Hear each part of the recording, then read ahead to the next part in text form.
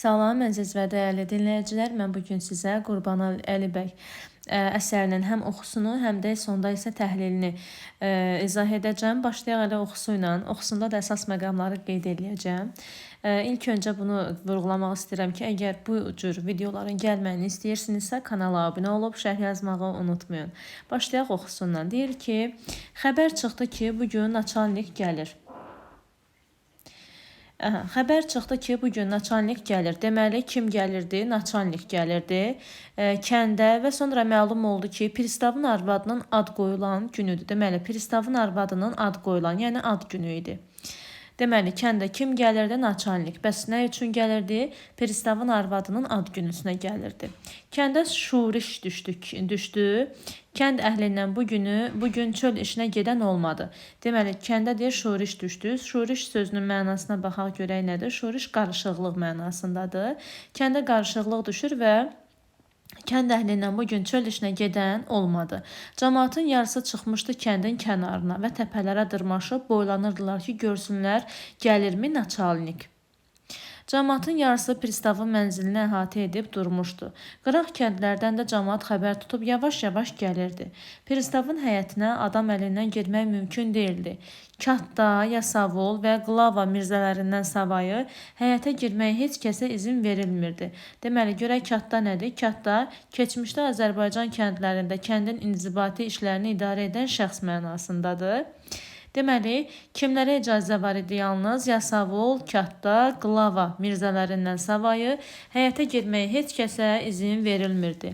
Həyətdə it yəsini tanımırdı. Səsdən və qeylu-qaldan qulaq tutulurdu. Bir yanda quzular məliyirdi, bir yanda qıçları bağlı cücə və toyuqlar bağırırdılar, bir yanda qlavaların atları kişniyirdilər. Bir tərəfdən pristavın qulaqları uzun tulaları gah qlavanın üstünə atılıb haf eləyirdi, gah katdanın üstünə tullanıb haf eləyirdi. Hərdən bir pristavın arvadı balkona çıxıb nazik səslə çığırırdı. Tişi, yəni yavaş və sonra yenə girirdi içəri.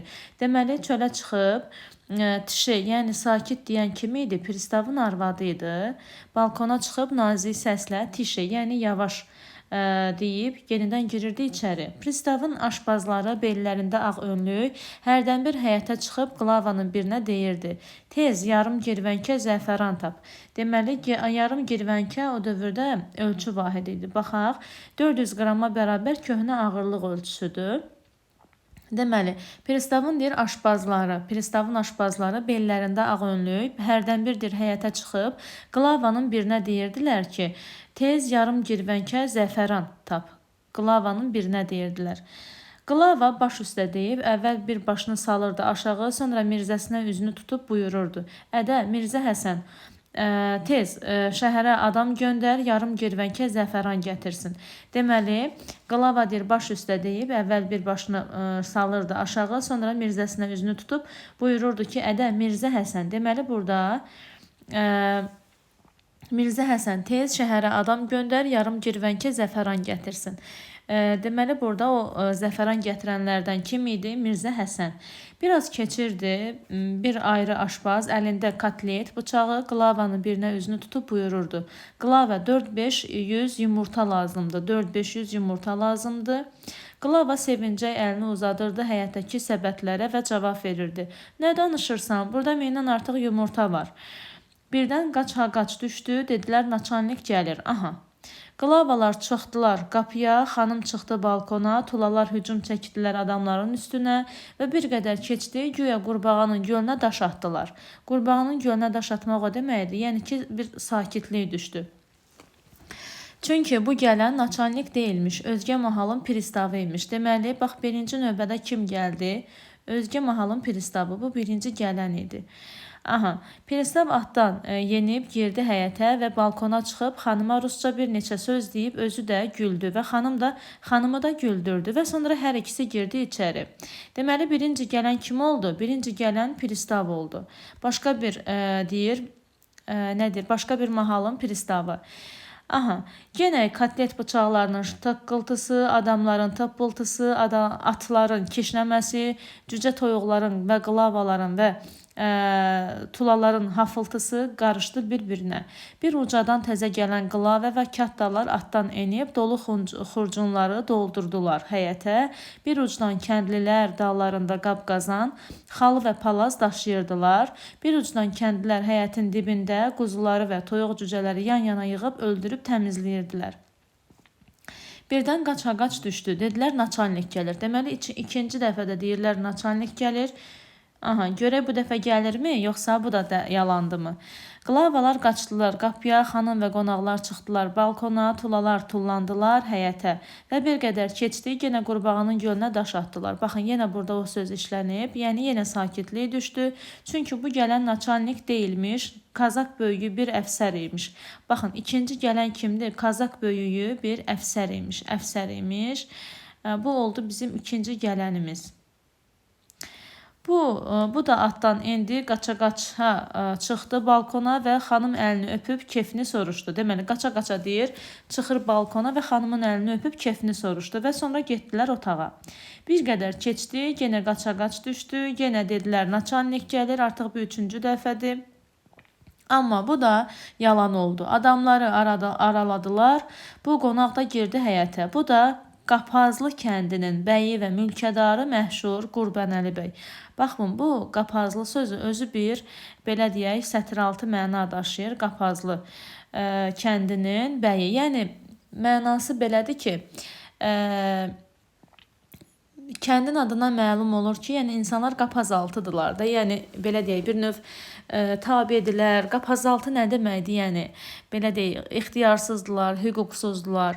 Və bu kim idi? Qurbanəli bəy idi. Bircə saniyə, Qurbanəli bəy idi.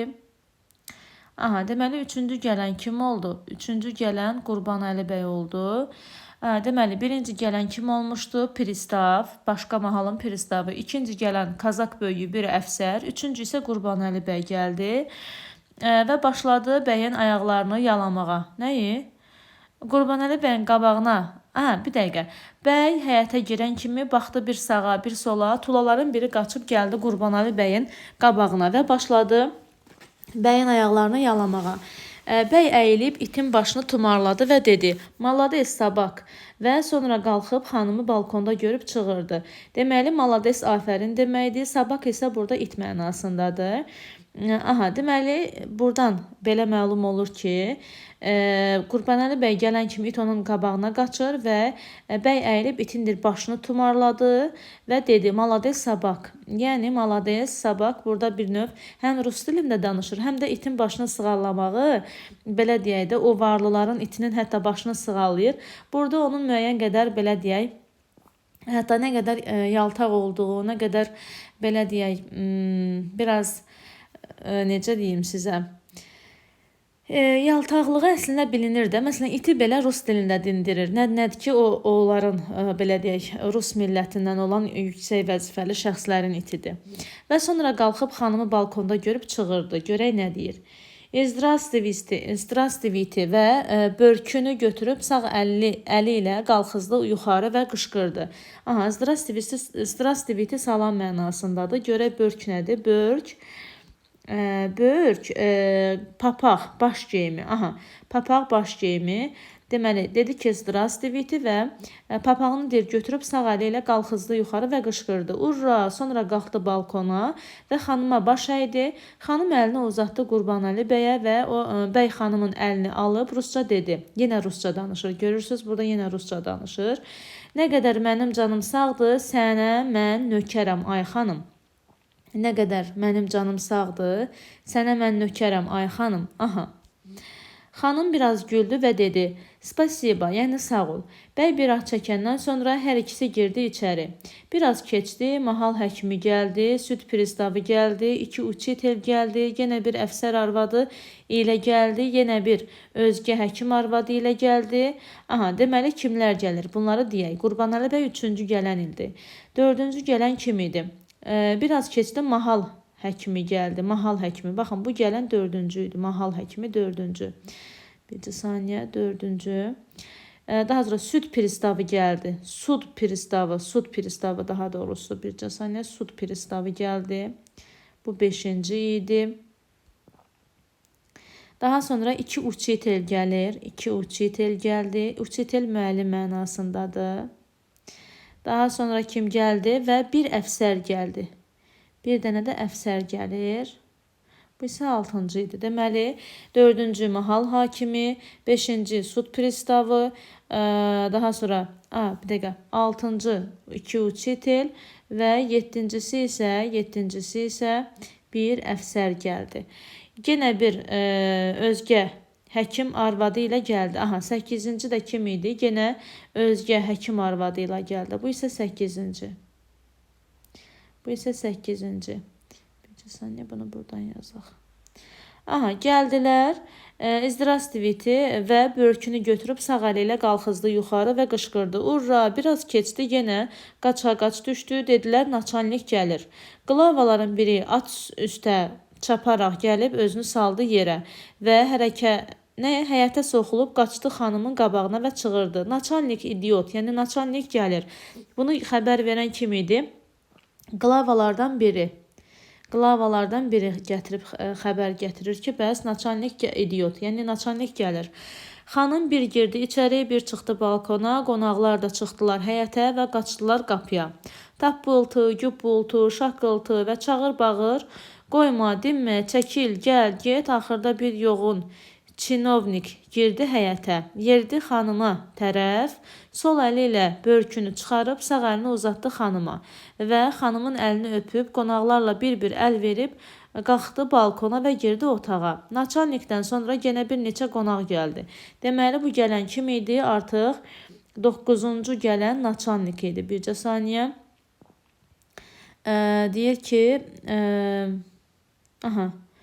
yoğun çinovnik girdi. Yoğun çinovnik girdi həyətə, yerdi xanıma tərəf, sol əli ilə börkünü çıxarıb sağ əli ilə uzatdı xanıma və xanımın əlini öpüb qonaqlarla bir-bir əl-əl verib qalxdı balkona və girdi otağa. Bu çinovnik isə təbii ki, naçalnik idi. Deməli, 9-cu artıq gəlir, çıxır. Deməli, naçalnikdən sonra yenə bir neçə qonaq gəldi. Baxın, görün nə deyir. Naçalnikdən sonra yenə bir neçə qonaq gəldi. Əgər düşsə ki, naçalnik axırıncı gəlir, ondan sonra gələn olmur, yox. Naçalnikdən sonra gələnlər də olur. Bunlardan da bir neçəsi arvadları ilə gəlmişdi. Qonaqlar yığışmışdılar zal otağına. Ortaya düzülmüşdü stollar və stulların üstünə düzülmüşdü növ-növ şirin çörəklər, suxarılar, paxlavalar, halvalar, konfetlər, lumu portağallar, quru yemişlər. Deməli, süfrənin üstündə nə var? Çörəklər, suxarılar, paxlavalar, halvalar, konfet, lumu portağallar, bir də quru yemişlər. Stolun üstünə qoyulmuşdu yekə samavar. Qulluqçular çay töküb qoyurdular qonaqların qabağına. Naçalnik oturmuşdu yumuşaq divanın üstündə. Pristavın arvadı oturmuşdu onun yanında. Deməli, naçalnik oturub deyir, yumuşaq divanın üstündə. Pristavın arvadı da oturmuşdu deyir onun yanında. Qonaqlardan bir neçəsi düzülmüşdü bunların yanına və naçalnik qabağındakı stəkanın qəndini qarışdıra-qarışdıra pristavın arvadı ilə söhbət edirdi. Bu heyində küçədə açıq akoşkalardan bir at kişnəməsi qalxdı. Bundan sonra bir ayrı at daha da ucadan başladı kişnəməyə. Qonaqların bir neçəsi akoşkadan baxdılar küçəyə. Atlar daha da ucadan başladılar kişnəməyə. Qurbanəli bəy akoşkadan başını çıxartdı küçəyə və çığırdı. Ədə, Kəblə Qasım, heyvan oğlu heyvan. Atı kənarda dolandır. Deməli, burada məlum olur ki, Qurbanəli bəyin nökərinin adı nədir? Kəblə Qasımdır və deyir ki, heyvan oğlu heyvan. Atı deyirəm, kənara dolandır, yoxsa əlindən qutarıb qaçar. Biraz keçdi, atlar daha da şiddətlə başladılar çığırmağa. Qurbanəli bəy atlardan bərk başladı nökərlərinə çığırmağa. Qonaqların hamısı qaçdılar akoşkaların qabağına. Küçədə tövlənin qabağında bir strajnik bir ağ atın cilovundan yapışıb dolandırırdı. Strajnik nədir görək? Strajnik deməli burada keşikçi, qoruqçu mənasındadır. Küçədə deyir tövlələrin qabağında bir strajnik, yəni qoruqçu bir ağ atın cilovundan yapışıb dolandırırdı. Bu at naçalnikin atı idi. Deməli naçalnikin atı nə rəngdə idi? Baxın, belə suallar düşür ha, belə ciddiyə almadan oxumaq olmaz. Naçalnikin atı deməli ağ rəngdə idi. Ağ rəngdə idi. Bu naçalnikin atı idi. Və kim onu gəzdirirdi? Bir strajnik, yəni strajnik də qoruqçu idi. Qurbanəli bəyin nökəri bir kəhər atın cılovundan yapışıb biraz kənarda dolandırırdı. Deməli, Qurbanəli bəyin atı isə kəhər atı idi və deyir ki, Qurbanəli bəyin nökəri deyir, yəni Kəblə Qasım bir kəhər atın cılovundan yapışıb biraz kənarda dolandırırdı. Bir-iki kəndi də biraz kənarda ayrı-ayrı atların cılovlarından yapışıb dolandırırdılar. Akoşkanın qabağında kəndlər düzülüb pristavın akoşkalarına baxırdılar. Deməli, bu kəndlərə içəri buraxmırdılar, sadəcə çöldən baxırdılar. Hərdən bir naçalnikin atı kişnəyə-kişnəyə qabaq ayaqlarını döyürdü yerə və Qurbanəli bəyin atına baxıb hirsindən cilovu gəmirtləyirdi. Qurbanəli bəyin atı hərdən bir nərə təpib, qabaq ayaqlarını qaldırırdı havaya və az qalırdı ki, Kəblə Qasımı da göyə qaldırsın. Kərbəlayı Qasım, daha doğrusu Kəblə Qasım deyirəm, üzürlüsən, Kərbəlayı Qasım. Kərbəlayı Qasım da bərk-bərk cilovdan yapışıb çığırırdı. Buna bax ha, naçalnik gördü ki, kəhər at Qurbanəli bəyin atıdır və üzünü Qurbanəli bəyə tutub soruşdu ki, atın neçə yaşındadır? Deməli, kəhər atı idi. Kəhər at Qurbanəli bəyin atı idi. Kəhər at Qurbanəli bəyin atıdır və Qurbanəli bəyə deyir, naçalnik görür ki, Qurbanəli bəyindir və soruşur ki, atın neçə yaşındadır? Qurbanəli bəy pristavın papirosunu yandırıb naçalnikə dedi ki, atı bu il təzə 4 yaşa ayaq qoyur. Deməli, kəhər atın neçə yaşı var idi? 4 yaşı var idi. Yenə naçalnik akoşkaya tərəf yeriyib başladı Qurbanəli bəyin atına tamaşa eləməyə. Sonra Qurbanəli bəyə çönüb dedi, nə gözəl atdır. Doğrudan Qurbanəli bəyin atı gözəl, daha doğrusu doğrudan da Qurbanəli bəyin atı gözəl atı idi. Qurbanəli bəy hər iki əlini sinəsinə qoyub naçalnikə cavab verdi. Peşkəşdir, yəni sənin üçün pulsuzdur. Naçalnik Qurbanəli bəyə dedi. Peşkəşdir sözünü Qurbanəli bəy deyir. Naçalnik Qurbanəli bəyə dedi, sağ ol. Və yenə başladı ata tamaşa eləməyə. Yenə Qurbanəli bəyin üzünü tutub soruşdu. Qurbanəli bəyə üzünü tutub soruşdu. Qaçmağa necədir? İti yürürmü? Ay naçalnik, əgər sənin mahalında bir belə yürən at tapılsa, mən bığlarımı qırxdırmasam, qurumsağam. Aha, hətta burada bir şərt də kəsir ki, əgər sənin bir mahalında belə deyir, at tapılsa deyir, mən deyir, nəyəm? Qurumsağam. Qurumsaq da mənası namussuz, qeyrətsiz mənasındadır. Görün nə boyda bir söz deyir. Yarım saatdan sonra qonaqları çağırdılar xörək otağına. Otağın ortasında uzun xörək stolu, üstünə düzülmüşdü hər cür xörəklər və içkilər. Pristavın arvadı oturdu stolun baş tərəfində, xanımın sağ tərəfində naçalnik əyləşdi və qeyri qonaqlar da hərə bir yer tutub oturdular. Deməli, pristavın arvadı deyir, oturdu stolun baş tərəfində. Deməli, pristavın arvadı harada oturur? Stolun baş tərəfində. Xanımın sağ tərəfində naçalnik əyləşdi. Xanımın sağ tərəfində naçalnik əyləşdi və qeyri qonaqlar da hərə bir yer tutub əyləşdilər. Deməli, pristavın arvadının hansı tərəfində əyləşmişdi naçalnik? Sağ tərəfində. Ne deyəsiniz ki, bura qədər niyə biz təhlil edirik? Çünki bura qədər düşür testlərdə. Naçalnik araq şüşəsini əlinə götürüb əvvəl öz fincanını, sonra pristavın arvadının, sonra xanımların və sonra qeyri qonaqların fincanlarını doldurub durdu ayağa.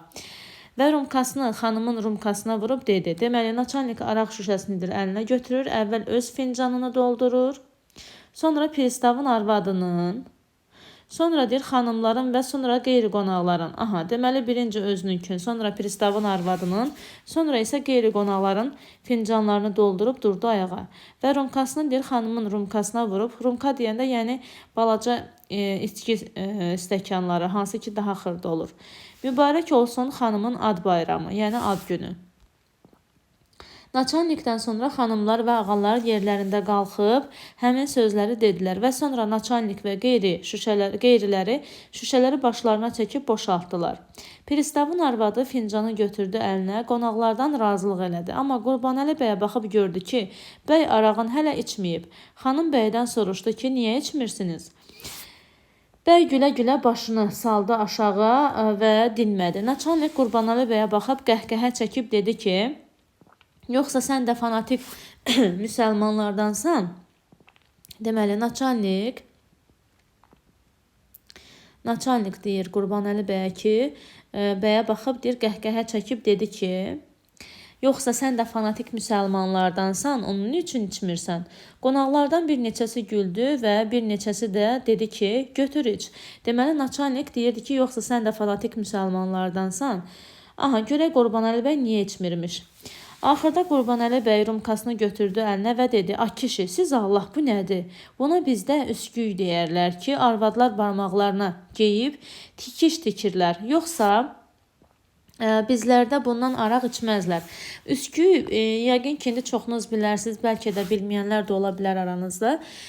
Hansı ki, barmağın, belə deyə də şəhadət barmağıdır, səhv eləmirəmsə, o barmağa keçirdilər ki, iynə batmasın. Daha çox tikişlə məşğul olan insanlarda bu olur. Balaca bir stəkana oxşayan bir şeydir. Çox xırda da, yəni barmağın belə deyə ölçüsünə uyğun. Aha, bizdə deyir, buna nə deyirlər? Üskük deyirlər, üskük. Qonaqlar bu sözləri eşidib yenə qəhqəhə çəkib güldülər və pristavın xanımı dedi, da, doğrudur, günah məndədir, Qurbanəli bəy rumkaya ilə araq içməz. Deməli, bunu kim deyir? Pristavın arvadı deyir ki, Qurbanəli bəy rumka ilə araq içməz. Bu sözləri deyəndən sonra xanım bir çay stəkanı aparıb qoydu bəyin qabağına. Deməli, aparıb özü qoyur. Və araqla doldurub verdi bəyə. Qurbanəli bəy stəkanı götürüb dedi, bax, buna nə demişəm? Yoxsa üsküyü qoyublar mənim qabağıma ki, nə var, nə yox. Qonaqlar yenə gülüşdülər və Qurbanəli bəy arağı çəkdi başına. Stəkanı qoydu yerə və çörəkdən bir tikə götürüb tutdu burnunun qabağına. Ağalar və xanımlar məşğul oldular yeməyə, içməyə və eşikdə də toy və zurnanın səsi ucaldı.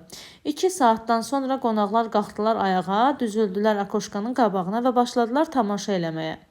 Baharın 2-ci ayı idi. Deməli, baharın 2-ci ayı olanda, baharın 1-ci ayı mart ayıdırsa, baharın 2-ci ayı hansı ay olur? Aprel ayı. Aha, baharın 2-ci ayı idi, çiçəklərin və otların ətri qarışmışdı bir-birinə. Çeşmələrin səsi qarışmışdı quşların səsinə. Hərdən bir zurnanın səsi ucalıb, özgə səslərin hamısını batil eləyirdi, yəni bastırırdı. Zurna sakit olan kimi adamların səsi ucalırdı. Evin qabağında, çayın kənarında, çəmənin üstündə bir neçə fərş döşənmişdi. Bir tərəfə 3 kekə samavar qoyulmuşdu və yanlarında 30-40 stəkan, nəlbəki, nimçələr, qəndlər, mürəbbələr, şirin çörəklər, limon, portağallar, konfetlər, qurabiyələr və qeyri çay ilə çaysız yeməli şeylər, yağlar, xamallar, qaymaqlar, quru yemişlər düzülmüşdü. Ətrafdan qoyulmuşdu yastıq və balışlar. Bir tərəfdə qlavalar, tatarı əllərində kəndliləri döyə-döyə bir yerə yığırdılar ki, əl-ələ verib yallı getsinlər. Baxın, bu bir, belə deyək, əsas məqamlardan biridir. Bir tərəfdədir qlavalar, tatarı əllərində, tatarı da tüfəng, belə deyək də, avtomat. Əllərində döyə-döyə deyir, bir yerə yığırdılar kəndliləri ki, əl-ələ verib yallı getsinlər. Yəni, məcburi onları oynadırdılar. Ağalar və xanımlar akoşkalarda görünən kimi kəndlilər urra deyib papaqlarını atdılar göyə və yapışdılar yallı getməyə. Yəni, belə deyək də, sırf necə deyək, görünüş xatirinə. Pristavın xanım qonaqlara üzürlüsən, deməli. Pristavın xanımı qonaqlara təklif elədi ki, buyursunlar çayın kənarında, çəməndə əyləşib çay içsinlər. Ağalar və xanımlar endilər, kəndlilər yenə urra çəkib qarışdılar bir-birinə və sonra yenə başladılar yallı getməyə. Deməli, hara dedilər düşək? Çayın kənarında, çəməndə. Qurbanəli bəyin nökəri Kərbəlayı Qasım kənarda durub əllərini qoymuşdu ciblərinə. Baxırdı və Qurbanəli bəy görcək 2 qat əyildi. Bəy papirosunu ağzına alıb Kərbəlayı Qasıma işarə elədi. Kərbəlayı Qasım qaçıb gəldi ağasının yanına və odu cibindən çıxarıb yandırdı və tutdu ağasının qabağına. O qədər qudurmuşdu ki, təsəvvür eləyin ki, siqareti yandırır, qoyur ağzına, oradan işarə eləyir ki, güya gəl sən yandır. Bəy papirosunu yandırıb dedi: "Axmaq oğlu axmaq, bəs sən niyə yallı getmirsən?" Bax təsəvvür edin, yenə buradan o təhqir eləyir. Deyir: "Axmaq oğlu axmaq, sən niyə yallı getmirsən?" Kərbəlayı Qasım başını əydi aşağı və dedi: "Ayağa, mən qocalmışam, daha mənə yallı getmək yaraşmaz." Deməli, mən deyir qocalmışam, mənə yallı getmək yaraşmaz. Bəy papirosunu göyə püfüldəyib yapışdı Kərbəlayı Qasımın çiynindən və çəkə-çəkə apardı yallı gedənlərin yanına və dedi: "Yapış, heyvan balası, heyvan." Aha, yenə də burada da təhqir eləyir. "Yoxsa vallah döyə-döyə səni öldürərəm." Kərbəlayı Qasım yapışdı kəndlərin əlindən və istər-istəməz başladı onlarla bir yerdə dolanmağa. Qurbanəli bəy özü də dəstənin başında yapışıb, başladı atılıb düşməyə. Deməli, özü də yapışır. Qurbanəli bəy də salır ora. Pristavın arvadı Qurbanəli bəyə çəpik çaldı. Deməli, pristavın arvadı Qurbanəli bəyə çəpik çaldı. Pristavın arvadı da maşallah hər yerdə var. Pristavın arvadı deməli Qurbanəli bəyə çəpik çaldı, yəni çırtma çaldı da belə. Kimsə oynayanda çırtma çalmırlar, çəpik çalmaq. Naçalnik də qəhqəhə çəkib güldü və başladı çəpik çalmağa. Deməli, naçalnik də çəpik çaldı. Özgə qonaqlar da çəpiyi tutub başladılar gülməyə. Qurbanəli bəy özü ağzını göyə açıb qəhqəhə elədi və çığırdı: "Ay xanım, mən istəyirəm sənin sağlığına içim. Buyur mənə çaxır gətirsinlər. Urra, urra." Nə gətirsinlər? Çaxır. Nökərlər butulkaları başladılar daşımağa. Qurbanəli bəy bir stəkan içib yenə başladı fırlanmağa, yenə başladı dolanmağa. Bir qədər keçdi, yenə bir stəkan içib çığırdı: "Xanımın sağlığına." Və yenə başladı dolanmağa. Bir qədər keçəndən sonra yorulub çəkildi kənara və bir stəkan çaxır doldurub nökəri Kərbəlayı Qasımı çağırıb dedi: "İç." Deməli, çaxır içir. Deyir ki, bir stəkandır çaxırı doldurub Kərbəlayı Qasımı çağırıb dedi ki, "İç." Kərbəlayı Qasım başladı yalvarmağa: "Ağa, ayağa, sən bilirsən ki, mən içmənəm. Aman günüdür, məni çövür balovun başına. Mən içə bilmərəm." Aha, mən içə bilmərəm. Bəy bir qədər də nökərini yaxalayıb gördü ki, içmir və çaxırın birazını tökdü Kərbəlayı Qasımın üstünə.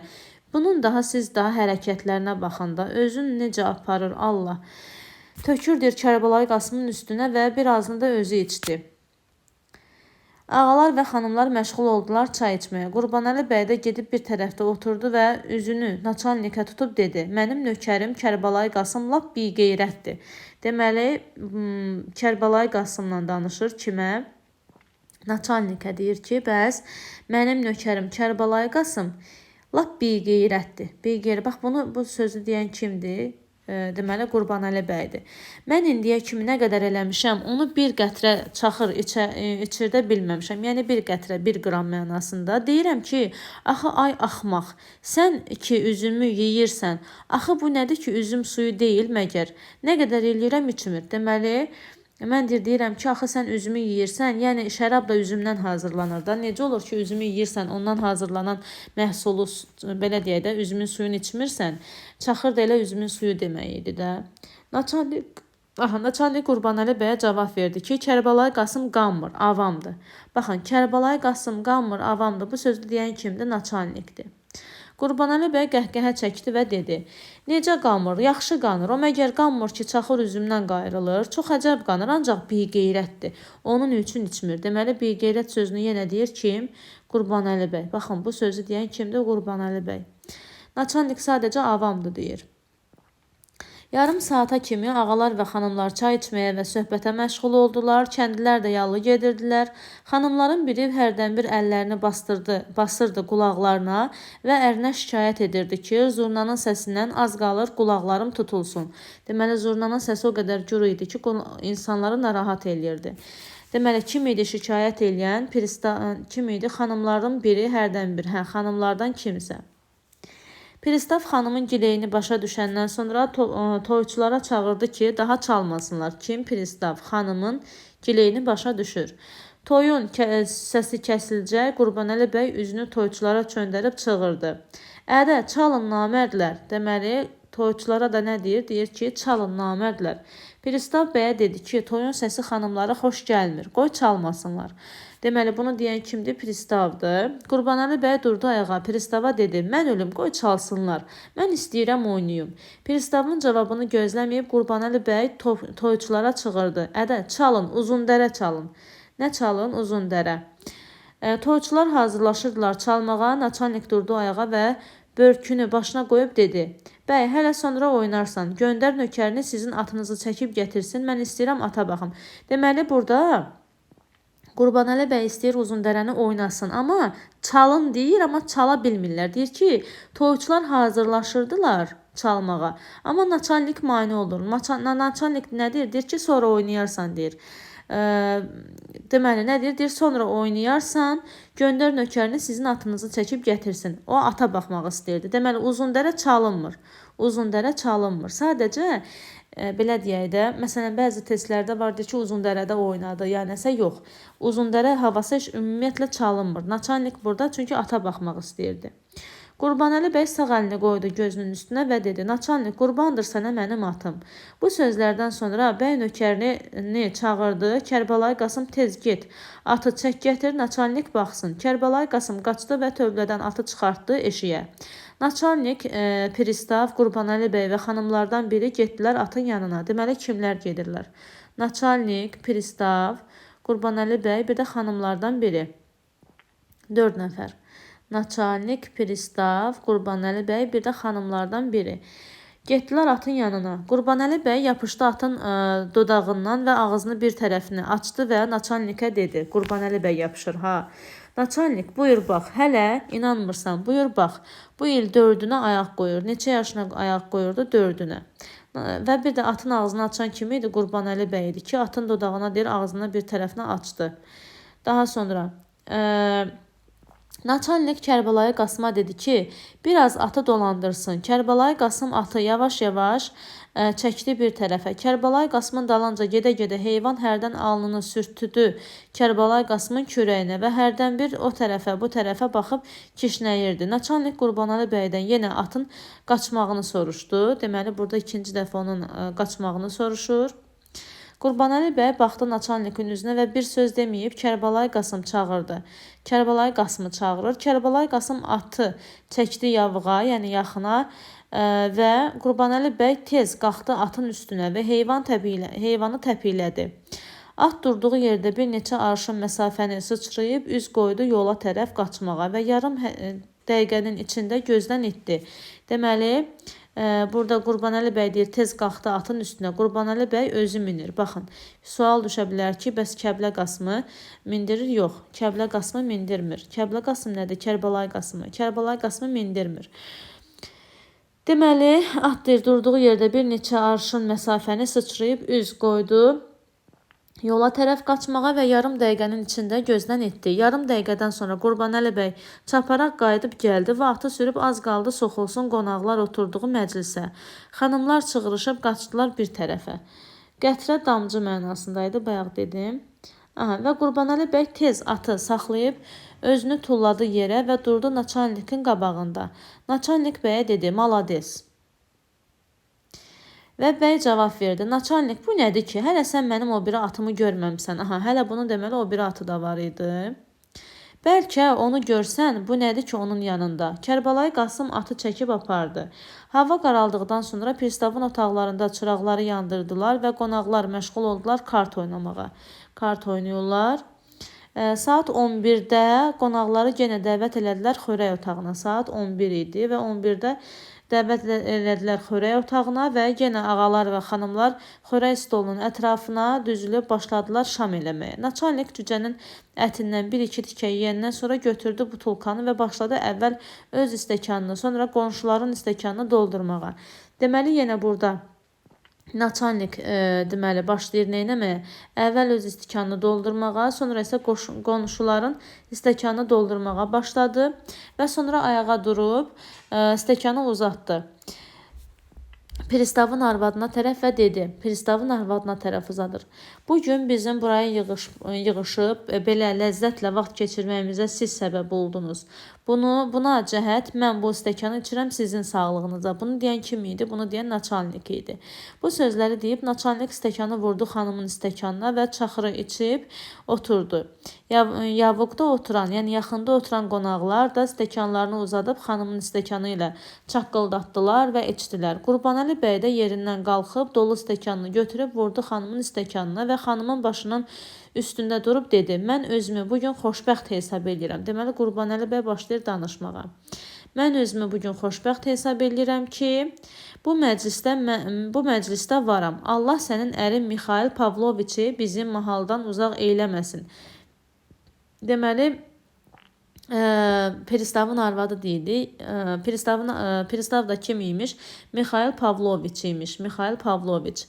Aha, ondan ötürü ki, çünki nə qədər ki Mixail Pavloviç bizim mahalda deyildi, bizim kəndlilər də bədbəxt idilər. Deməli, əslində Mixail Pavloviçdən qabaq olan vəziyyətdə olan insanları bədbəxt adlandırırlar. Mən də bədbəxt idim. Ondan ötürü ki, bilmirəm nədəndirsə, keçən pristavları mən o qədər İstəməzdim ki, Mixail Pavloviçi istəyirəm. Aha, güya o birislərini istəməyib, bunu istəyir. Amma 5-10 il bundan irəli burada bir pristav var idi, çox lotu oğlan idi. Mənə bir tula bağışlamışdı. Deməli, neçə il bundan qabaq, 5-10 il bundan irəli deyir. 5-10 il bundan irəli deyir, bir pristav var idi, çox lotu oğlan idi deyir, lotu oğlan idi. Mənə bir tula bağışlamışdı. Deməli ona nə bağışlayır? Tula bağışlayır. Daha sonra Allah onu da deyir sağ eləsin, səni də sağ eləsin. Hamınızı sağ eləsin. İçirəm mən sənin sağlığına. Ah xanım, urra. Deməli, belə deyək, bu pristavdan qabaq olan pristavlar ki olub, onların dövründə insanlar bədbəxt olublar. Amma onlardan da qabaq 5-10 il bundan irəli deyir, bir pristav var idi. Lotu oğlan idi deyir və mənə deyir bir tula bağışlamışdı. Allah deyir onu da sağ eləsin, səni də sağ eləsin, hamınızı sağ eləsin. İçirəm mən sənin sağlığına. Ah xanım, urra. Bu sözləri deyəndən sonra Qurbanəli bəy çaxırı çəkdi başına və içəndən sonra stəkanı çöndərib ağzı yerə tərəf tutdu ki, görsünlər stəkanda bir qətrə də çaxır qalmayıb. Hətta deməli stəkanı da deyir neynir, çevirib aşağı. Daha sonra bir qədər keçəndən sonra pristavın arvadı götürdü çaxırı və naçalnikin stəkanını, öz fincanını və qonşuların stəkanlarını doldurub üzünü naçalnika tutdu və dedi. Deməli ki, pristavın arvadı bu dəfə başlayır pristavın. Bax, birinci kim danışdı? Birinci naçalnik, sonra ikinci danışdı Qurbanəli bəy, indi üçüncü də danışır kim? Pristavın arvadı. Pristavın arvadı da maşallah pristavdan çox danışır. Aha, deməli, pristavın arvadı götürdü çaxırı və naçalnikin stəkanını, öz fincanını və qonşuların stəkanlarını doldurub üzünü naçalnikə tutdu və dedi. Ancaq bununki də naçalnikləndi. Görək naçalnika yenə nə deyir. Mən özümü borclu hesab edirəm sizdən razılıq eləməyə ki, bu uzun yolu zəhmətlə buraya gəlib məni sərəfraz buyurubsunuz. Sərəfraz nə deməkdir? Yəni, başı ucalıq, dik başlıq. Yəni, mənə deyir, başı ucalıq gətirmişsiniz. Aha. Daha sonra sözlərini deyəndən sonra xanım fincanı tutdu dodaqlarının qabağına. Qonaqlar da stəkanlarını uzadıb vurdular naçalnikin stəkanına. Qurbanəli bəy yerindən qalxıb əlində dolu stəkan gəlib durdu naçalnikin yanında və dedi. Aha, deməli Qurbanəli bəy yenə durur ayağa, görə yenə nə deyir? Sözlərini deyəndən sonra xanım fincanı tutdu dodaqlarının qabağına. Qonaqlar da stəkanlarını uzadıb vurdular. Naçalnikin deyir stəkanına Qurbanəli bəy yerindən qalxıb əlində dolu stəkan gəlib durdu naçalnikin yanında və dedi. Naçalnik ağa, içirəm mən bu stəkanı sizin sağlığınıza. Deməli naçalnik bir də Qurbanəli bəy bir də naçalnikin sağlığına içir. Allah buna şahiddir ki, nə qədər bizim vilayətə naçalniklər gəlib, mən onların heç birini o qədər istəməmişəm. Naçalnik ağa, sən bizim başımızın sahibisən. Deməli, bayaq kimə yaltaqlanırdı? Bayaq burada deməli Mixail Pavloviçə yaltaqlanırdı pristava. İndi isə burada naçalnika yaltaqlanır ki, bəs naçalnik ağadır, sən bizim başımızın sahibisən. Bircə saniyə, sən deyir bizim başımızın sahibisən. Daha sonra nə qədər ki bizim mahalda cəmaat var, onlar hamısı sənin yolunda başlarından keçərlər. Mən özüm də sənin yolunda oda girərəm. Deməli, mən özüm də deyir, sənin yolunda oda girərəm. Qurban sənə mənim canım, nə qədər ki sağam, nökərəm sənə. İnsan özünü daha nə qədər alçaldır. İçirəm mən bu stəkanı naçalnik ağanın sağlığına. Urra! Bu sözləri deyən kimi Qurbanəli bəy stəkanı çəkdi başına, stəkanın ağzını çöndərdi yerə. Güya bir qətrə də qalmadı. Sonra gedib oturdu yerində. Qonaqlar yenə məşğul oldular yeməyə. Bir qədər keçəndən sonra xanımın əri pristav götürdü çaxır şüşəsini.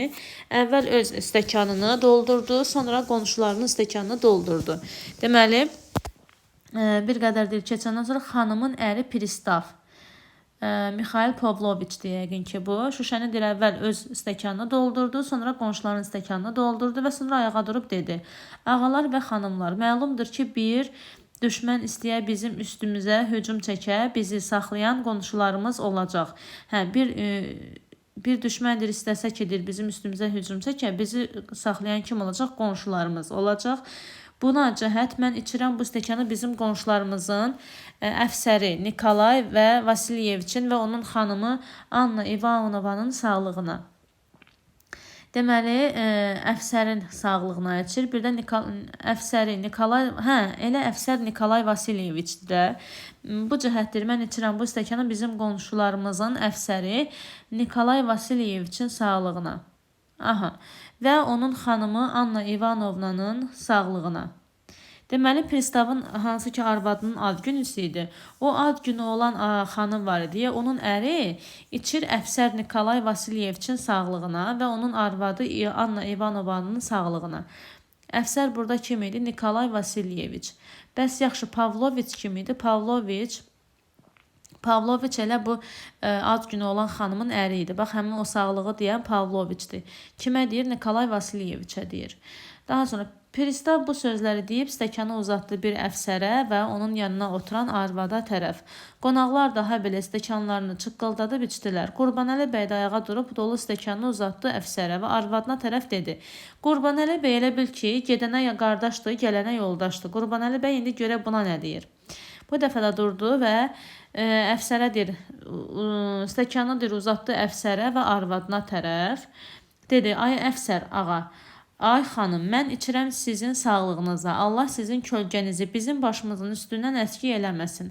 Allah düşmən qabağında sizin qılıncınızı kəskin eləsin. Yəni, mən bu sözləri ondan ötürü demirəm ki, düşməndən qorxuram. Deməli, düşməndən qorxmadığını deyirdi.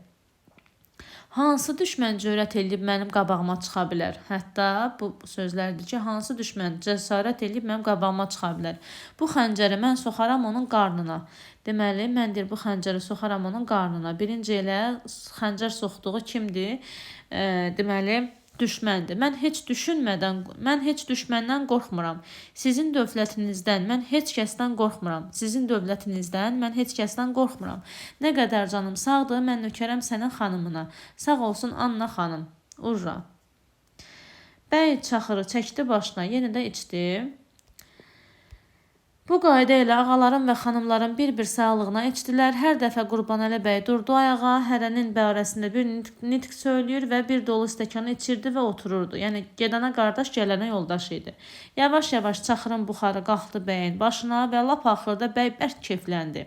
Qonaqların hamısının sağlığına içəndən sonra qonaqlar başladılar Qurbanəli bəyin sağlığına içməyə. Deməli, hamının sağlığına içirlər. Bircə saniyə. Və qonaqların hamısının sağlığına içdilər və qutardılar. Sonra başlayırlar ən axırda Qurbanəli bəyin sağlığına içməyə. Xanımlar bir stəkanlarını deyir, uzadıb vurdular bəyin stəkanına. Qurbanəli bəy şadlığından az qaldı özündən getsin. Yəni, ən axırda bunu bir necə deyərlər də, yəni daha çarələrini Allah kəsib bunun sağlığına içirlər. Bu da deyir, şadlığından deyir, özündən getdi. Qonaqların hamısı bəyin sağlığına içəndən sonra bəy stəkanı yuxarı qalxızıb dedi. Yenə başlayır danışmağa. Ağalar və xanımlar, siz ki mənim sağlığıma içdiniz. Qurban olsun sizə mənim canım. Mən ölənə kimi bu günü yadından çıxarmaram. Amma ağalar, mənim sizdən bir xahişim var. Görək nə xahiş edir. Mən ölüm, mənim sözümü yerə salmayın. Mən sizin hamınızı sabah öz evimdə qonaq təklif edirəm. Başlayır artıq qonaq təklif eləmə. İçi baxır, artıq özünü itirib, heç bilmir nə danışır. Vallah billah, atamın yoru haqqı. Mən bilmirəm necə sizin xəcalətinizdən çıxım. Mən lap əriyib yerə girirəm ki, bu qədər xanım mənim sağlığıma etsin. Mən nəyəm ki, bu qədər xanım mənim sağlığıma etsin. Deməli, deyir, mən nəyəm ki? Mən bu xanımların ayağının torpağı da ola bilmərəm. Haddədən var ay. Məndir bu xanımların ayağına torpağa da ola bilmərəm. Vallah atamın yoru haqqı, sabah bizə qonaq gəlməsəniz, mən özümü öldürərəm. Hətta deyir, mən özümü öldürərəm. Təsəvvür edin. Mən istəyirəm ki, sizə qulluq eləyim. Mən istəyirəm sizə nökərçilik eləyim. Sabah bizə gəlməsəniz, mən bu xəncəri soxaram qarnıma. Axı artıq burada ikinci dəfə dedi ki, mən orada düşmənin qarnına soxurdu, burada öz qarnına soxur ki, əgər deyir sabah bizə gəlməsəniz, mən bu xəncəri soxaram qarnıma. Cənab naçalnik, səndən də çox təvəqqe eləyirəm. Ay xanım, səndən də təvəqqe eləyirəm. Əfsər ağadan da təvəqqe eləyirəm. Anna İvanovna, qurban olsun sənə mənim canım. Səndən də təvəqqe eləyirəm. Ağalar, xanımlar, hamınızdan təvəqqe eləyirəm. Xahiş eləyirəm. Hər kəs gəlməsə namərddir. Hətta görün nə deyir, hər kəs gəlməsə namərddir. Aman günüdür, özümü öldürərəm. Qurban olsun sizə mənim canım. Sağ olsun xanımlar. Urra, urra. Bəy stəkanı çəkdi başına, naçalnik siqara damağına salıb, üzünü tutdu pristavın xanımına və dedi. Deməli, kimə tutur? Pristavın xanımına. Gəlsənə sabah qonaqlığa gedək, Qurbanəli bəyə qonaq olaq. Xanım baxdı ərinin üzünə və dedi, mən çox xoşxallıqla gedərəm, yaxşı olar. Bəyin arvadını da görərəm necə paltar geyir. Deməli, qadınların bir nömrəli dərdi. Görüm, deyir, bəyin arvadı necə paltar geyinir. Bəyin arvadına deyir, görərəm necə paltar geyinir. Bunu deyən kim idi? Bunu deyən pristavın xanımı idi. Pristavın xanımı idi. Əfsər və arvadından, əfsər də deyir arvadından soruşdu, gedərsənmi? Arvadı dedi, gedərəm. Qonaqların biri də dedi ki, əgər bəy bizə bir yaxşı müsəlman plovu versə gedərəm. Baxın, bəy bizə bir yaxşı müsəlman plovu versə gedərəm deyən kim idi? Qonaqlardan biri. Bu məlum deyil. Bəzən bunu salırlar ki, kimsə dedi, pristavın arvadı filan yox. Bu sözü kim deyir? Bu cümləni qonaqlardan biri deyir ki, bəy bizə yaxşı müsəlman plov versə gedərəm. Qurbanəli bəy plov sözünü eşitcək tez qalxdı ayağa və çığırdı. Necə plov? Necə plov? Atamın yoru haqqı. Sizə elə bir plov verərəm ki, ömrünüzdə yeməmiş olarsınız. Mənim aşbazım bişirən plovu kim bişirə bilər? İnanmırsınız? Kəblə Qasımdan soruşun. Hanı Kəblə Qasım? Kəblə Qasım axtarır. Qurbanəli bəy başladı ucadan Kərbəlayı Qasımı çağırmağa. Güya ki, Kərbəlayı Qasım buradadır. Pristavın nökərlərindən biri içəri girib dedi ki, burada Kərbəlayı Qasım yoxdur. Bəy hirslənib nökərə dedi ki, pristavın deyir, nökərlərindən biri girir, deyir ki, bəs Kəblə Qasım yoxdur da. Kəblə Qasım yoxdur. Bəy deyir, hirsindən nökərə dedi ki, çağırın o axmaq oğlunu gəlsin. Yenə də söyür burada, təhqir eləyir. Nökər çıxdı, getdi və bəy özü də qapıya tərəf yeridi. Pristavın arvadı bəyə dedi ki, sən zəhmət çəkmə, nökərlər çağırarlar, gələr. Bunu kim deyir? Pristavın arvadı deyir ki, bəs sən çıxma, nökərlər çağırarlar, gələr. Bəy yenə başladı plovu tərifləməyə. Mən sizlə mərd gələrəm. Həyə bir yanda elə plov yemiş olasınız. Tüpürün mənim üzümə. Deməli, nə deyir? Tüpürün deyir mənim üzümə ki, elə bir aş yesəniz.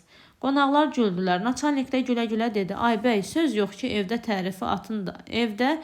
tərifli atını da bizə göstərərsən. Naçalnikin də fikri zikri qalıb, ancaq nə idi? Atda. Keçi Canhanında qəssab da pih axtarır. Qurbanəli bəy Naçalnikə yaxınlaşıb hər iki əlini qoydu gözünün üstə və dedi. Bu gözlərim üstə hansını bəyənsən peşkəşdir, yəni sənin üçün hədiyyədir. Lotu yana deyirəm, mən yalan zad bilmənəm. Hansını xoşlasan, atamın yoru haqqı peşkəşdir sənə. Nökər girdi içəri və dedi ki, Kərbəlayı Qasım yatıb. Aha, nökər deyir ki, Kərbəlayı Qasım yatıb. Bəy nökərin üzünə baxıb əvvəl dinmədi və sonra xəncərinin dəstəsindən yapışıb dedi. Göt o haramzada oğlu haramzadəyə de ki, bu saat durub bura gəlməsə, bu xəncəri gedib soxaram onun qarnına. Nökər çıxdı eşiyə, pristavın arvadı bəyə özünü tutub dedi. Deməli, kim? Pristavın arvadı. Niyə biçarə kişini oyadırsan? Nəyə lazımdır? Deməli, pristavın arvadı müəyyən qədər yumşaq ürəyə sahib olan biridir ki, bu sözü deyir. Bəy cavab verdi. Ay xanım, başına dolanım.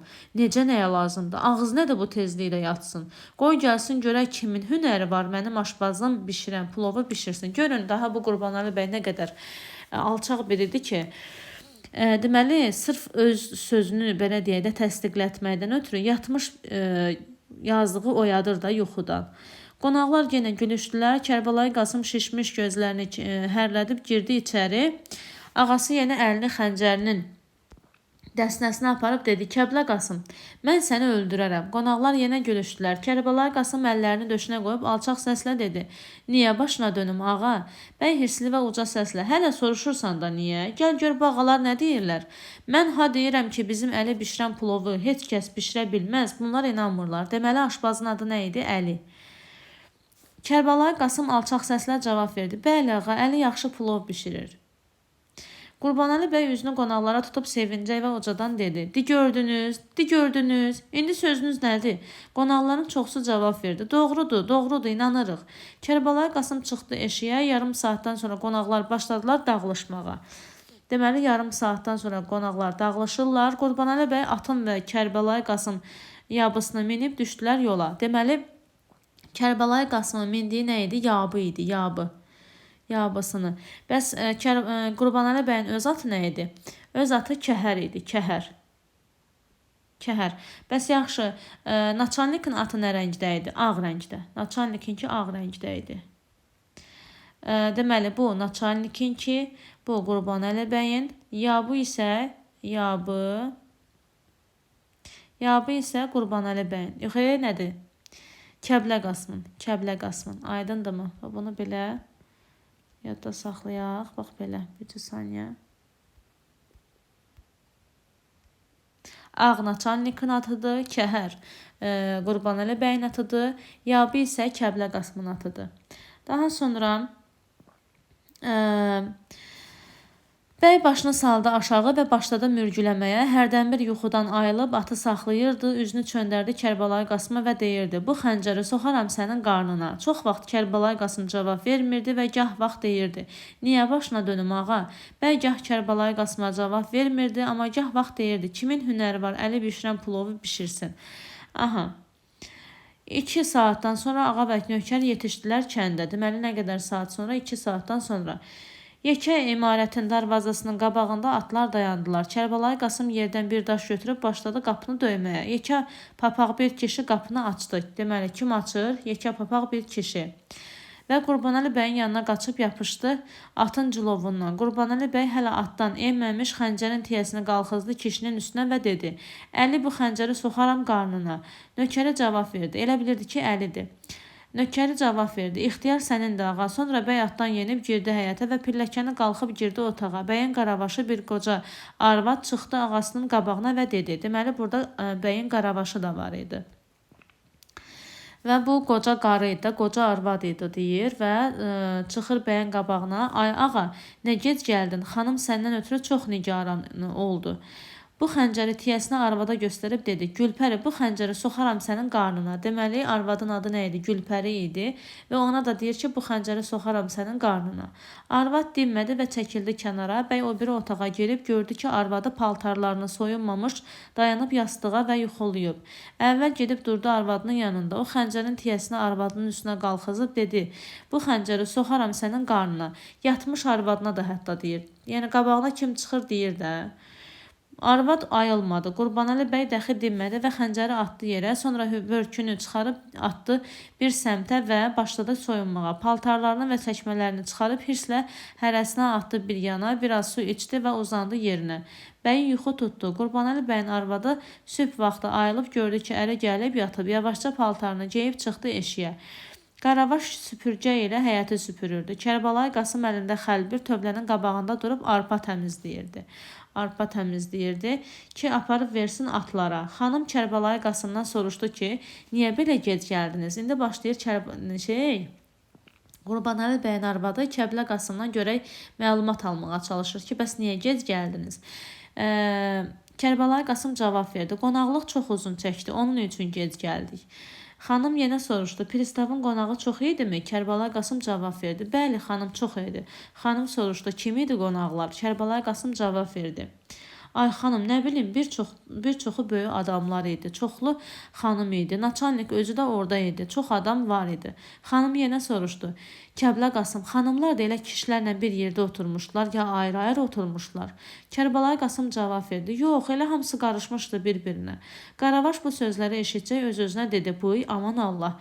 Xanım oturdu pilləkənin pilləsinin üstündə. Kərbəlayı Qasımı biraz yavğa çağırdı və dedi: Sən Allah Kəblə Qasım, nağıl elə görək qonaqlıq necə keçdi? Qonaqlara nə verdilər? Ağan kimdən danışdı? Nə danışdı? Sən Allah Kəblə Qasım, hamısını nağıl elə. Kərbəlayı Qasımın ətəyini qalxızıb ağzının və burnunun suyunu sildi. Kərbəlayı Qasım deyir, çuxasının ətəyini qalxızıb, ağzının və burnunun suyunu sildi. Tövlədən atlar başladılar bir-birinin üstünə çığırışmağa və Kərbəlayı Qasım üzünü tövləyə tərəf tutub çığırdı. Buna bax ha. Xanım genə Kərbəlayı Qasıma dedi, sən Allah Kəblə Qasım, nağıl elə görək. Kərbəlayı Qasım cavab verdi. Ay xanım, dəxi nə deyim? Çox qonaq vardı, nəçənlik də orada idi. Xanım genə Kərbəlayı Qasımdan soruşdu. Kəblə Qasım, urus arvadları və kişilərlə nə danışırdılar? Kərbəlayı Qasım cavab verdi. Xanım, mən nə bilim ki, nə danışırdılar? Mən onların axı dilini bilmirəm ki. Xanım genə soruşdu. Kəblə Qasım, doğrusunu de görək. Ağan da urus arvadlarından danışdı mı? Kərbəlayı Qasım genə üzünü tövləyə tutub çığırdı atların üstünə və xanıma cavab verdi. Ağam urus arvadları ilə az danışdı, amma nəçənlikdən çox danışdı. Baxın, burada biz Kəblə Qasımın nə qədər bir sadiq nökər olduğunu həqiqətən görürük. Baxmayaraq ki, onu adam yerinə qoymur, təhqir eləyir. Amma yenə də ağasından başlayır, belə deyə də tərəfin vermir. Demir ki, qadınlarla danışdı ya nəsə. Aşbaz Əli somavarı gətirdi və çıxarıb qoydu pilləkənin üstə. Qaravaş süpürgəni dayadı divara, qalxdı pilləkənin üstünə və samavarı qalxazıb apardı evə. Aşbaz Əli yenib durdu xanımın qabağında və soruşdu. Xanım, bugün nə bişirim? Xanım Qaravaşı çağırıb dedi. Və Qurbanəli bəy gecə demədi ki, nə bişirək. Qaravaş əlində çay qabı xanımın yanına gəlib cavab verdi. Gecə ağa elə hirsli idi ki, hələ məni istəyirdi öldürsün. Xanım təəccüb elədi və dedi. Yaxşı, yaxşı, elə danışma, dəli olmamısan ki. Deməli, burada görürük ki, Qaravaş Qurbanəli bəyə şikayət edir. Kimə? Qurbanəli bəyin həyat yoldaşına şikayət edir ki, bəs gecə ağa elə hirsli idi ki, hələ məni istəyirdi öldürsün. Xanım təəccüb elədi ki, bəs yaxşı elə danışma, dəli olmamısan ki. Vallahi xanım, vallahi xanım, ağam elə evə girən kimi xəncərini çıxartdı, mənə dedi, xəncərlə səni öldürərəm. Xanım bir qədər dinmədi və özünü tutdu Kərbəlayı Qasıma. Kərbəlayı Qasım, yəqin ağan yenə keflənmişdi. Kərbəlayı Qasım cavab verdi. Xeyr, keflənməmişdi. Baxın, görürsünüz, yenə tərəfini vermir. Xanım girdi içəri və yavaşca Qurbanəli bəyin yanına yaxınlaşıb gördü ki, bərk yuxudadır. Sonra çıxdı eşiyə və aşbaz Əliyə 16 qəpik verib dedi ki, Əli, get 2 girvənkə ət al, gətir. Bozbaş bişir. Əli pulları aldı və dedi. Deməli, nə qədər ona pul verir? 16 girvənkə. 16 qəpik daha doğrusu pul verib, deyir ki, nə qədər girvənkə? 2 girvənkə ət al. Əli deyir, pulları aldı və dedi, baş üstə. Baş üstə dedi. Kərbəlayı Qasım və Əli üz qoydular aşbazxanaya tərəf getməyə. Gün qalxdı, günorta oldu. Kərbəlayı Qasım həyətdə oturmuşdu tut ağacının dibində. Deməli, Kərbəlayı Qasım tut ağacının dibində oturur və hərdən bir daş götürüb atırdı ağacın başına və tut quşlarını qovurdu və hərdən bir yerə tökülən yetişmiş tutlardan götürüb yeyirdi. Qaravaş da gəldi Kərbəlayı Qasımın yanına və başladı tutları seçib yeməyə. Biraz keçdi, xanım da gəldi bunların yanına. Deməli, həm Qaravaş gəlir, həm də xanım gəlir.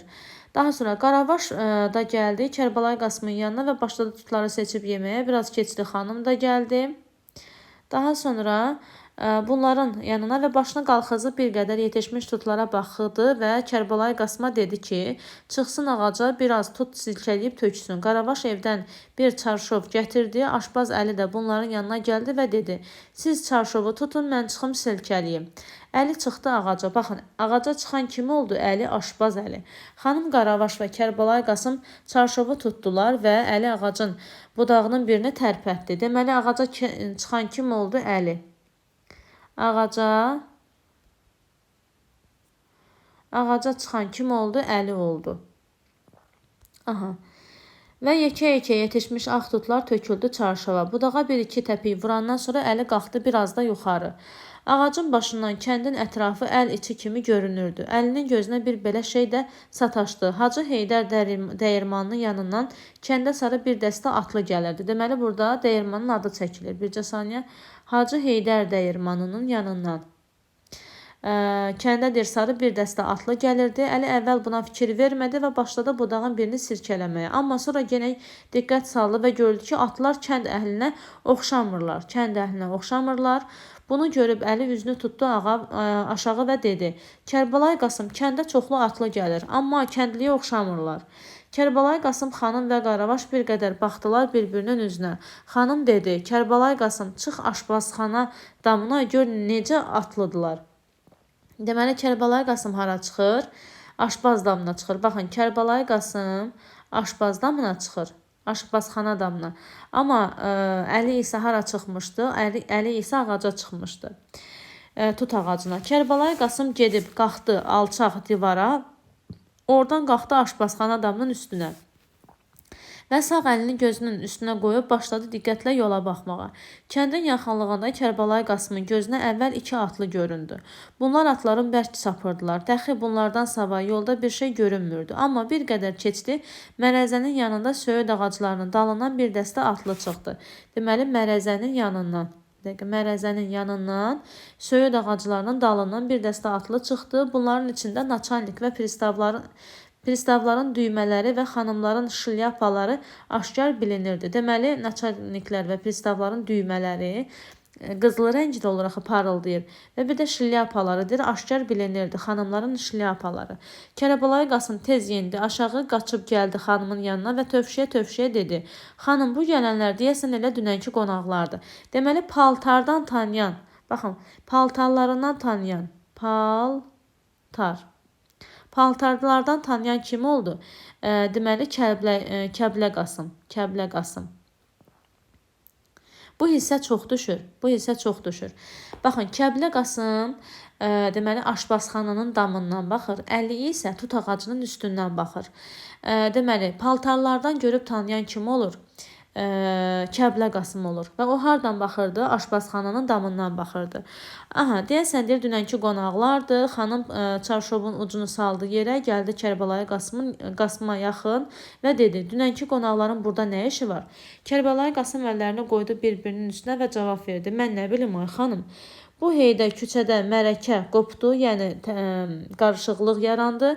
İtlərin hürüşməsi, adamların qaçışması, at tappıltısı və biraz keçdi, küçə qapısı döyüldü. Xanım qaçdı içəri və pəncərədən küçəyə baxıb gördü ki, küçə doludur adamlarla. Hamısı rus qulluqçuları və rus xanımlar. Deməli, xanım deyir, içəri qaçır. Kərbəlayı Qasım qapıya çıxıb gördü ki, dünən pristavın evindəki qonaqların hamısı gəlib dayanıb qapıya. Xanım tez qaçdı eşiyə və əlini çağırıb dedi: Get de ki, ağa evdə deyil. Deməli,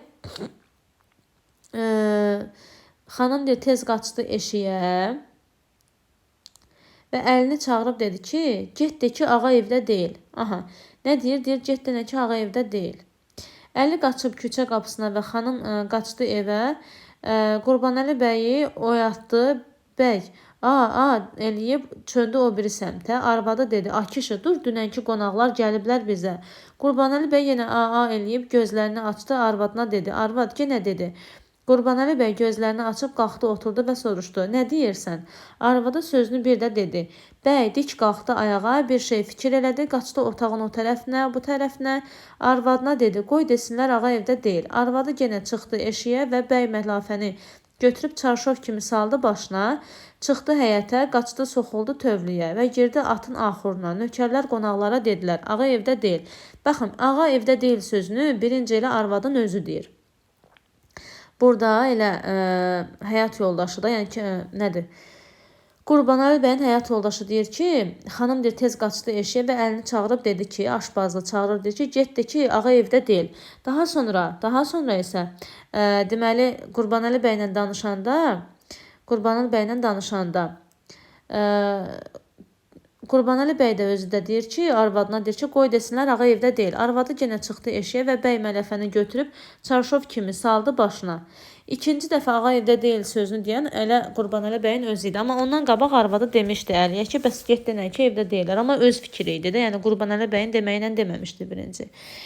Aha, deməli qaçılıb soxulur tövləyə və girdi atın axuruna. Deməli atın axuruna girir Qurbanəli bəy və deyir ki, ağ çarşava bürünmüşdü.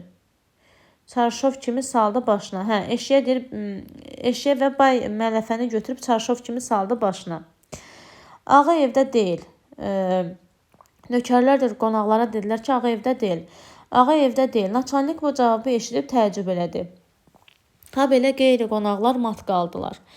Kəndlilər başladılar qonaqların atlarını dolandırmağa. Naçalnik çıxarıb papirosunu yandırdı və nökərlərdən soruşdu. Bəy hara gedib ki, evdə deyil? Nökərlər cavab verdilər. Bilmirik. Naçalnik bir qədər dinməyib yenə soruşdu. Bəs o ki, özgə yerə gedəcəkdi, bizi niyə qonaq çağırdı? Nökərlər cavab verdilər. Bilmirik. Xanımların biri bir stəkan su istədi. Kərbəlayı Qasım qaçdı evdən kasada su gətirdi. Bax bu da onların kasada su içdiyini göstərir. Müəyyən qədər adət-ənənəsinə də toxunmuş olur. Qonaqlar bir qədər bir-birinin üzünə baxıb dedilər ki, dəxi niyə dururuq, qayıdaq gedək. Deməli, su istəyən kim idi? Xanımların biri idi ki, su istəyirdi. Deyir gedək. Naçalnik də buna razı oldu, amma Kərbəlayı Qasıma üzünü tutub soruşdu.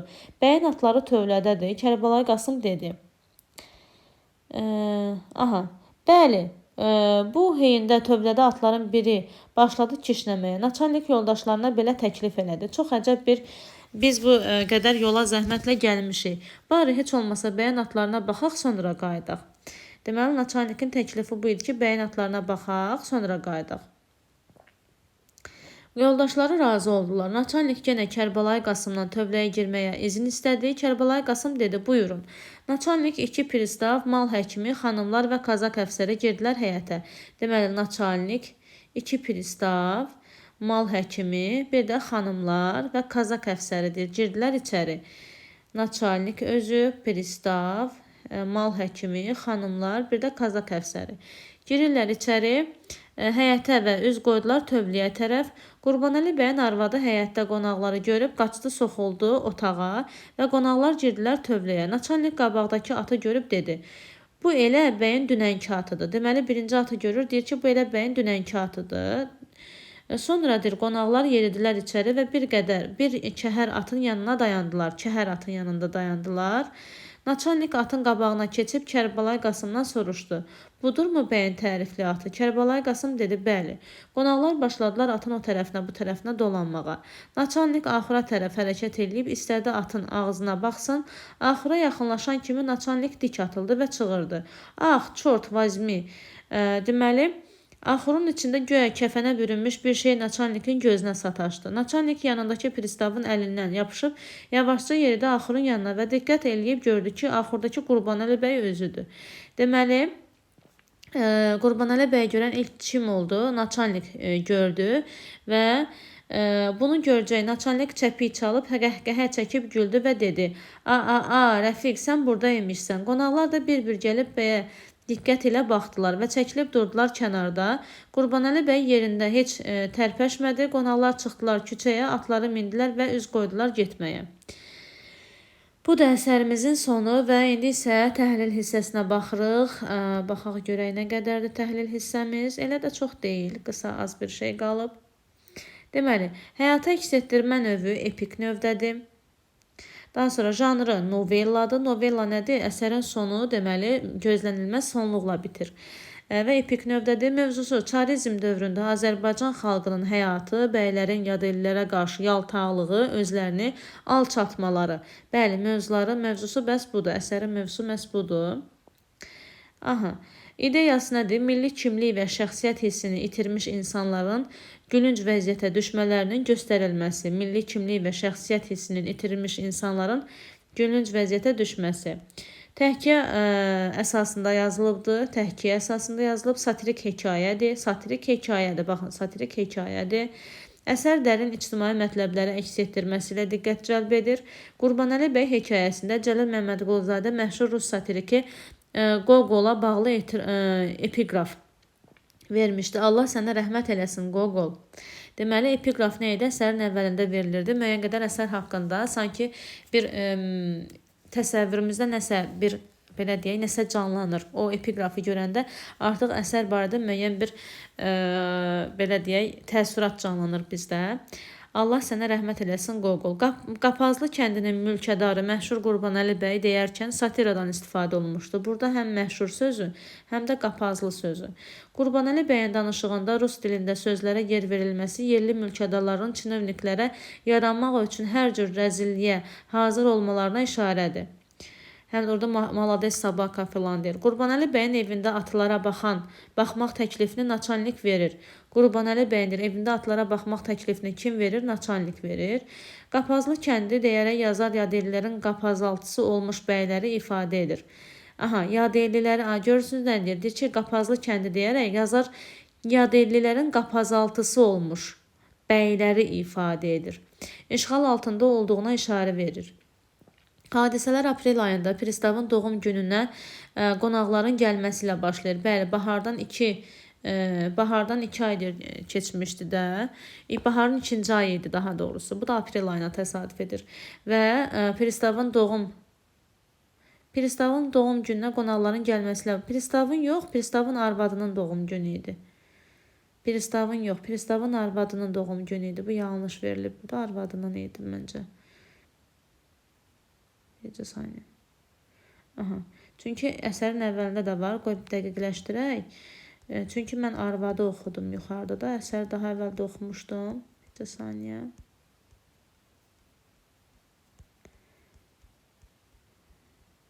Deməli.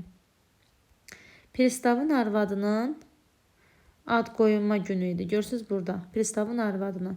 Orada isə Pristavın veriblər. O yanlışdır. Pristavın arvadının doğum günü idi.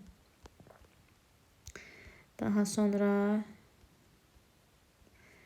deməli, təzadlı obrazda Qurbanəli bəydən danışırıq indi. Satirik gülüş hədəfidir. Bütün yaramaz və mənfi keyfiyyətləri özündə cəmləşdirən tipik mülkədar bəy obrazdır. Sanki yazarın özünün yaratdığı deyil, kənarda müşahidə etdiyi obraz kimidir. Əsər boyu məlum olur ki, məşhur sözü yazıcının bu obraz haqqında əsl fikri deyilmiş. Yəni məşhur burada bir növ necə deyirlər, kinayəli istifadə olunmuşdur. Danışığı, davranışı ilə özünü rüsvay edən, hamı tərəfindən yüngül təbiətli adam kimi tanınan Qurbanəli bəyi bu sözlə təqdim edən yazıcının niyyəti onun həqiqi simasını açmaq imiş. Təzadlı obrazdır. Deməli, təzadlı obrazdır. Ağalara qarşı itaətkar, yaltaq, təlxəlli edən birisi olsa da, özündən aşağılara və ailəsinə qarşı sərt və kobud rəftar edir. Bəli, bu onu təzadlı edir. Boşboğaz sözünün üstünə durmayan obrazdır.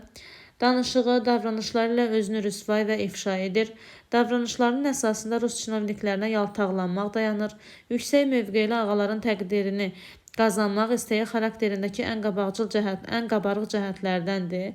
Naçalnik Qurbanəli bəyin atını tərifləyir. Qurbanəli bəyə qonaq getməyə təklif edir. Qurbanəli bəy onu yaltaqcasına tərifləyir. Naçalnikin kəndə gəlmə səbəbi Pristavın arvadının ad günüsü olması idi.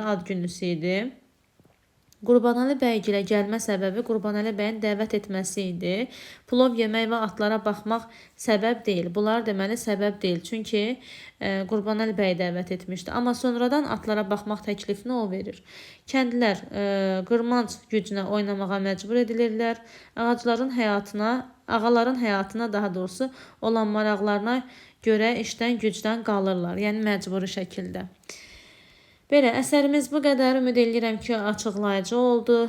Əsas məqamlara toxunmuş olduq. Əgər bəyəndinizsə, kanala abunə olub, rəy yazmağı unutmayın. Sağ olun, salamat qalın.